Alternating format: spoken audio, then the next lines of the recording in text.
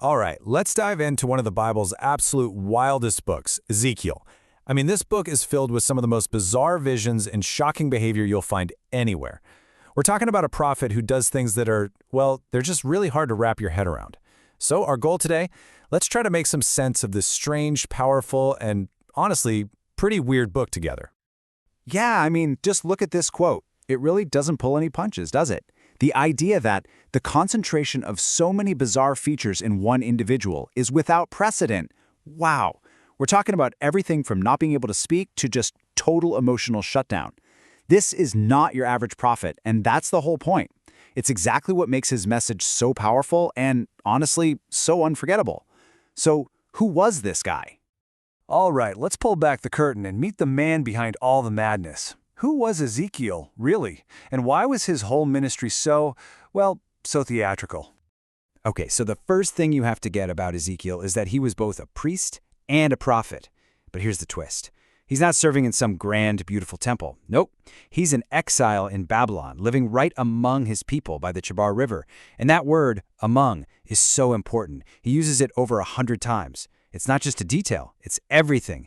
His entire ministry was designed to be right in their faces. This close-up, you can't ignore me kind of experience for the very people he was trying to reach.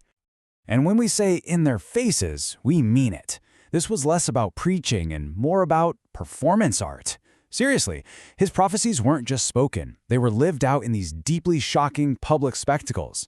I mean, can you imagine seeing your local spiritual leader lying tied up in the street for days? Or digging a hole through the wall of his house? Baking bread over animal dung to show how bad the coming siege would be. Each one of these bizarre acts was a sermon you could never forget. So you got to be asking, why? Why go to such extreme lengths? Well, to get that, we have to understand the historical context. What was going on in the heads of his audience? We need to set the scene. Okay, so picture this. The year is 591 BC. You're part of the first wave of Jewish exiles living in Babylon. Your whole leadership is there with you.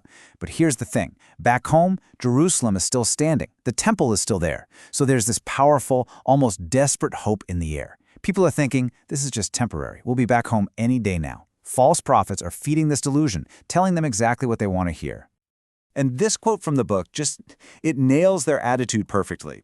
They're saying things like, the days are long and every vision fails. Basically, they've become totally cynical. They've heard so many prophetic warnings over the years that they've just started to tune them out. It's like, oh, another warning? Yeah, that's for some other generation. Or, push, that's never going to happen. They're living in this deep, deep state of denial. So how in the world do you break through that kind of complacency? Well, this is how. Ezekiel's crazy street theater all pointed to one single devastating message. God was leaving his temple. God was leaving the building. And now we're going to see why. So again, you have to ask, why? Why would God leave? Why were such extreme warnings even necessary? The answer is because the problem wasn't just some surface-level sin. The corruption had rotted the nation from the inside out, right to the very heart of their faith. God gives Ezekiel this horrifying vision. It's like a secret camera feed right into the temple back in Jerusalem. And what he sees is it's sickening. 70 of the nation's elders are in a secret room worshiping carvings of unclean animals. Out in the courtyard, people have literally turned their backs on God's holy altar to worship the sun. And their excuse? The Lord doesn't see us. He's abandoned the land anyway. They figured God was gone, so it was a free-for-all. Now, to really feel the gut punch of what happens next, we need to talk about what God's glory actually means. This wasn't just some poetic idea. It was understood as the visible, tangible, physical presence of God himself. It was this brilliant light, this manifestation that dwelt in the Holy of Holies. It was the ultimate sign that said, yes, God is here. He lives with his people. And this is what's so heartbreaking about the vision. God's departure isn't like flipping a switch. It's not sudden. It's the slow, painful, deliberate exit. You can almost feel the reluctance. The glory lifts from its place inside the temple, then it moves to the threshold and just pauses. Then it moves to the city gate and pauses again. And finally it leaves the city completely, ascending from the Mount of Olives. It's like God is giving them every possible chance to notice, to repent, before he leaves them to their fate. Okay, so how does Ezekiel communicate this coming doom to the people back in Babylon? Through another one of his incredibly vivid symbolic acts. God tells him to take a razor and shave his head and his beard. Now, for a priest, this was a sign of deep defilement and mourning, a really humiliating act. Then he takes all that hair and divides it up. And here's the code, the key to what it all meant.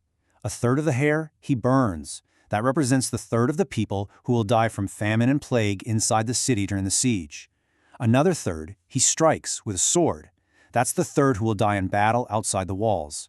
The last third he scatters to the wind, representing the third who will be scattered into exile. And those few, tiny hairs he tucks into his robe, that's the small remnant that God will preserve. It is a crystal clear and absolutely devastating picture of what is coming. But Ezekiel's message wasn't just about fire and brimstone. Buried inside all this judgment was a revolutionary idea, a principle that would completely shift how people thought about sin and responsibility, taking it from a big, collective problem to something much, much more personal. So here's a question people still wrestle with today. Are we punished for the sins of our parents? The exiles certainly thought so. They felt trapped, you know? They had this common proverb they'd use to basically blame their ancestors for everything they were going through. They felt doomed, like there was nothing they could do about it. And you can see the two mindsets right here. On the one side, you've got their old fatalistic proverb. The fathers eat sour grapes, and the children's teeth are set on edge. In other words, our parents messed up, and now we're paying for it. But then, bam, Ezekiel delivers this game-changing message from God. The soul who sins is the one who will die. No more passing the buck, no more blaming your great-great-grandparents. God makes it clear, you are responsible for your choices. This was a radical, radical idea. And that idea of personal responsibility, it wasn't just about owning your punishment. It was actually the foundation for an incredible promise of hope. It's the pivot point for the entire book where we start to look toward a future that can actually be rebuilt. See, after the news arrives that Jerusalem has finally fallen, Ezekiel's message does a complete 180. The tone shifts from almost nonstop judgment to incredible hope. And we realize that the destruction wasn't the end of the story. God's purpose was never just to punish. It was to purify his people for a brand new beginning. And the promises he makes are just, they're breathtaking. God essentially says, okay, the human shepherds, the leaders, they failed you, so from now on, I myself will be your shepherd. He promises a new covenant, a new king from the line of David. And maybe the most amazing promise of all, he says he's going to perform a spiritual heart transplant. He'll cleanse them and give them a brand new heart that actually wants to follow him. And the whole book culminates in this final vision, which is honestly one of the most beautiful images in the entire Bible. It starts with just a tiny trickle of water seeping out from under the new, restored temple. But as this water flows, it grows impossibly fast. First, it's just a trickle, then it's a stream, up to the ankles, then the knees, then the waist, until it becomes this huge, mighty river that's too deep for anyone to cross. And get this, where does this incredible river flow? Straight to the Dead Sea, the most barren, lifeless body of water on the planet. And wherever this river from God's presence goes, everything comes to life. The salt water becomes fresh, the shores are suddenly teeming with fish and fishermen, fruit trees spring up along the banks, bearing fruit all year round. It is the ultimate picture of total, radical, life-giving restoration. So after all of it, the bizarre performance art, the terrifying visions of judgment, the mind-blowing promises of restoration, what was the ultimate point? What was the one thing God was trying to drive home through all of this?